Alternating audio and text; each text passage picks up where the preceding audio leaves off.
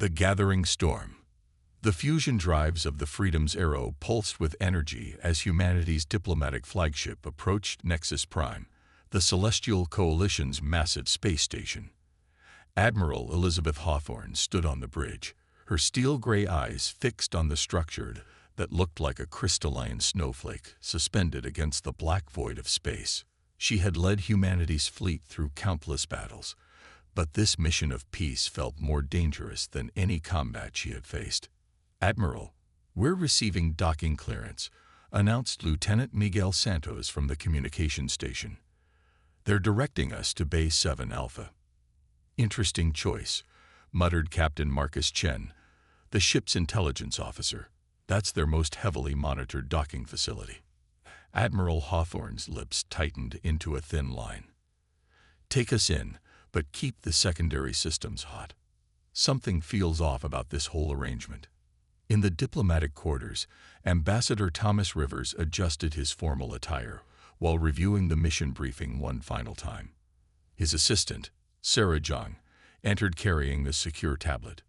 "Sir, Dr. Park has completed his analysis of the Coalition's initial technology offer. He wants to brief you before we disembark." Rivers nodded. "Send him in. And Sarah, make sure our emergency protocols are ready, just in case." Dr. Jin Park, humanity's leading xenotech specialist, appeared moments later with a grim expression. "Ambassador, the technology they're offering us is impressive, but there's something embedded within every component. Hidden systems that don't match any of the declared functions." "What kind of systems?" Rivers asked, though he already suspected the answer. "Monitoring devices, control interfaces, and what appears to be neural influence technology," Park replied. "If we implement this tech as they suggest, they'll have access to every aspect of our civilization." The docking procedure completed with mechanical precision as the Freedom's Arrow settled into its berth. Through the viewport, the human delegation saw their hosts for the first time. 7 different alien species stood in formation, led by a being that resembled a praying mantis made of living crystal. "I am Prime Coordinator Xelthus," the crystalline being announced through its translator. "The Celestial Coalition welcomes humanity to the path of enlightenment and harmony." Admiral Hawthorne led the delegation down the boarding ramp, Ambassador Rivers to her right, Captain Chen to her left. Behind them, 20 specialists formed a disciplined group, each secretly scanning their surroundings. The welcoming ceremony lasted 4 hours, filled with flowery speeches about peace, cooperation, and mutual advancement. Yet beneath the diplomatic pleasantries, the humans noticed details their hosts had tried to conceal. Guards positioned at every exit, scanning devices tracking their every movement. Other species representatives who seemed nervous, their responses carefully scripted. In their assigned quarters that evening, Captain Chen activated a secure field generator before speaking. "I've confirmed it. Every room is monitored. They're recording everything we say and do." "That's not the worst of it," added Lieutenant Commander Maya Patel, the team's cyber warfare specialist. "I managed to access their internal communications network. They're not a coalition of equals. The 7 species we met today, they're the ruling class. There are dozens of subjugated species serving them." Ambassador Rivers leaned forward. "What exactly did you find?" Patel activated her holographic display. "Complete control systems, economic manipulation, forced technological dependency. They don't create allies. They create servants. And they think we'll become their next acquisition," Admiral Hawthorne concluded. "The question is, how do we play this?" Over the next 3 days, the human team attended presentations showcasing the Coalition's technological marvels. Medical devices that could cure any disease, energy systems that could power entire planets, transportation networks that spanned star systems. Each offer came with the same hidden price: complete integration into Coalition control systems. Dr. Park worked tirelessly to analyze each technology, finding more evidence of the Coalition's true intentions. "It's brilliant in its malevolence," he explained during a secure briefing. "The tech works perfectly, but only while connected to their network. Any attempt to modify or disconnect it causes catastrophic failure. Captain Chen's intelligence team uncovered something even more disturbing. We found records of species that refused coalition membership, he reported. Within decades, they suffered mysterious plagues, economic collapse, or civil wars. The coalition always arrived to help afterward, absorbing the weakened civilization. On the fourth day, during a formal dinner, Ambassador Rivers decided to test the waters. Prime Coordinator, we're impressed by your technological achievements. However, we have some concerns about the integration requirements. Zelthus's crystalline form shifted colors slightly. Concerns, Ambassador? Our systems ensure optimal functionality and security for all member species. Yes, but we prefer to maintain our technological independence, Rivers pressed. Surely there's room for negotiation. The temperature in the room seemed to drop. Other coalition representatives exchanged glances that needed no translation. Independence is inefficient, Zelthus replied. The coalition's strength comes from unity. Complete unity. That night, Admiral Hawthorne called an emergency meeting. They're not going to let us leave peacefully if we refuse their terms. We need to prepare for all contingencies. I've been working on something, Lieutenant Commander Patel said. Their security systems have a vulnerability. If we time it right, we can disable their control network long enough to make our point. Ambassador Rivers stood. Then it's time we showed them what humanity is really made of. Tomorrow, we reject their offer publicly. The next morning, the human delegation entered the Grand Assembly Chamber. Representatives from 40 species filled the tiered seating, all eyes on the humans. Prime Coordinator Zelthus began the proceedings. Esteemed members, today we welcome Earth into our harmonious coalition. Ambassador Rivers, do you accept our generous terms? Rivers stood, his voice clear and strong. Prime Coordinator, members of the coalition, we thank you for your offer. However, after careful consideration, humanity must decline. Shocked murmurs rippled through the chamber. Zelthus's form flickered with agitation. This is unprecedented. No species has ever refused our invitation. Then let us be the first, Rivers declared. We've seen through your facade of peace. Your coalition is built on subjugation, not cooperation. You dare. Zelthus began, but Rivers cut him off. We dare to choose freedom over servitude. We dare to chart our own course among the stars. And we dare to expose what you truly are. At that moment, Lieutenant Commander Patil activated her program.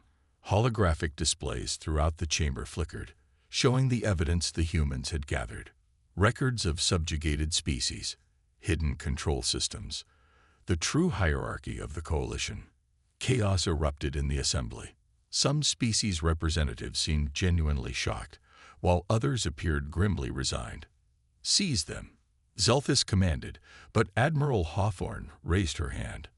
I wouldn't do that if I were you, she said calmly. You see, we didn't come here unprepared.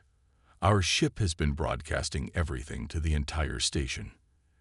Every species here now knows the truth.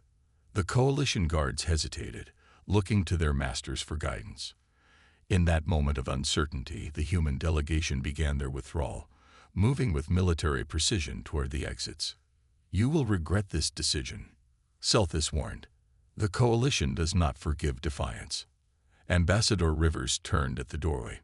Neither does humanity. Remember that when you consider your next move. As the humans departed, they left behind a chamber in turmoil. The truth had been revealed, and nothing in the celestial coalition would ever be the same. The choice of freedom.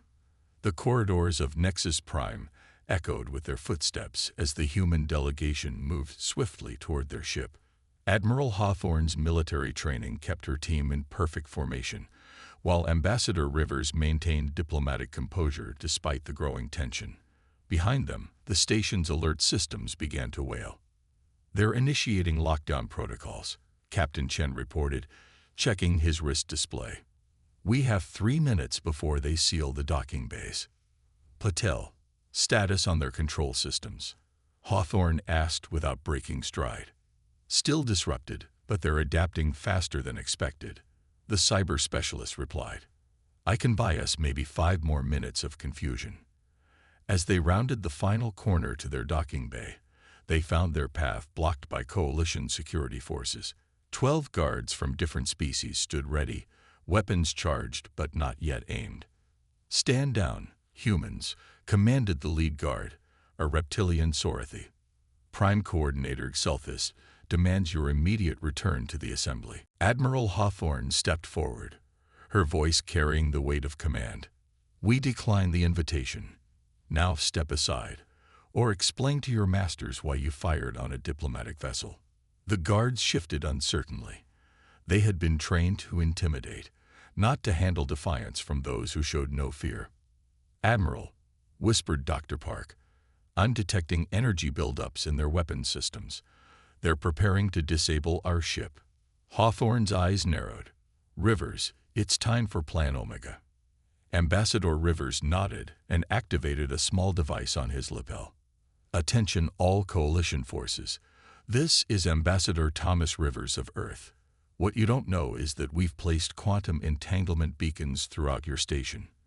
If any harm comes to us or our ship, every secret file, every hidden protocol, every suppressed truth will be broadcast to every inhabited world in coalition space. The guards froze. Even through their alien features, their shock was evident. You're bluffing, the Sorathi leader hissed. Are we? Rivers smiled. Ask yourself, did we really come to the heart of your empire without insurance? Check your systems. See if you can find all the beacons before we reach our ship. Captain Chen subtly showed his tactical display to the guards.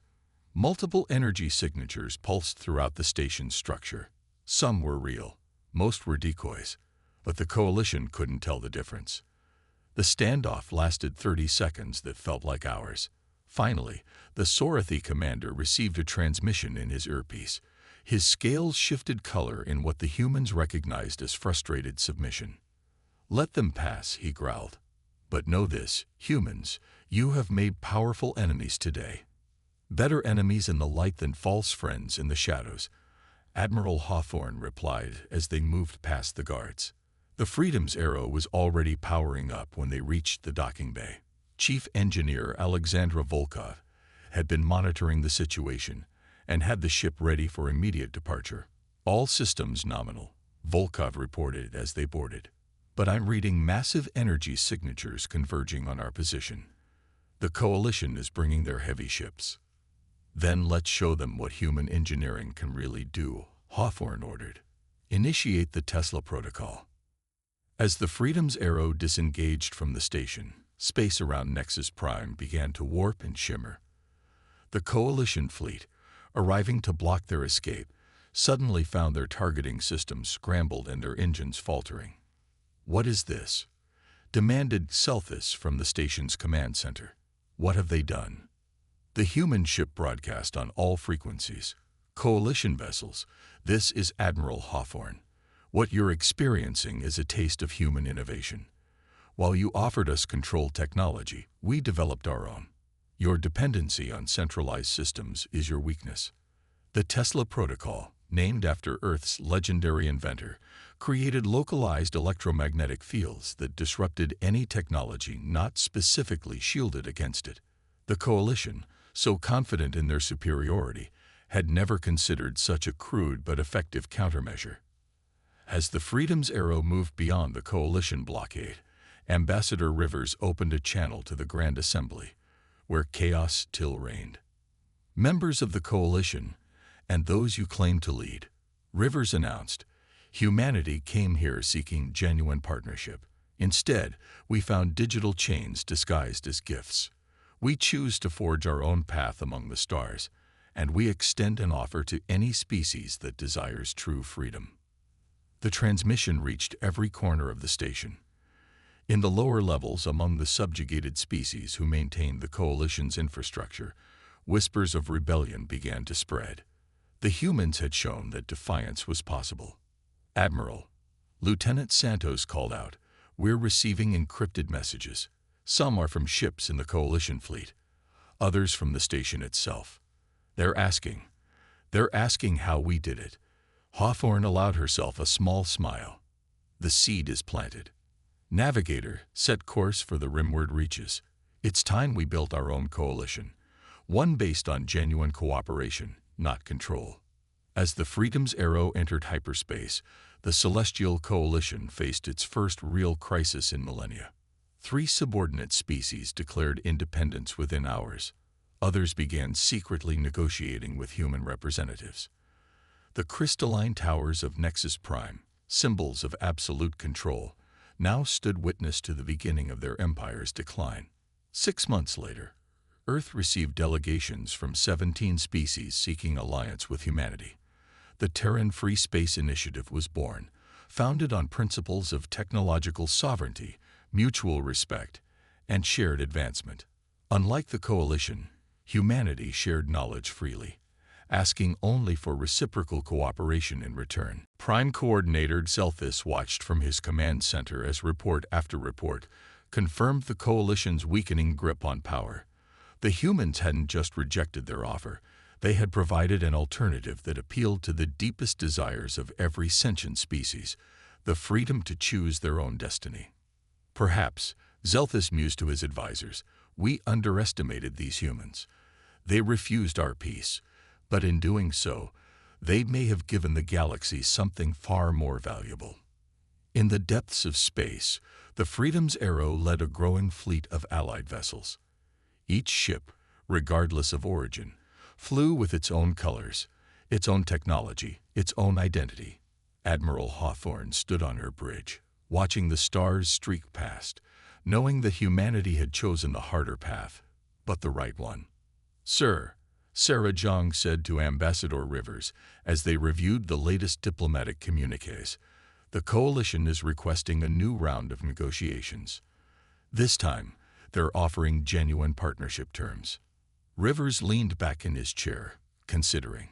Tell them we'll meet, but on neutral ground, with full transparency. The age of hidden agendas is over. As Earth's influence grew, a new saying spread throughout the galaxy.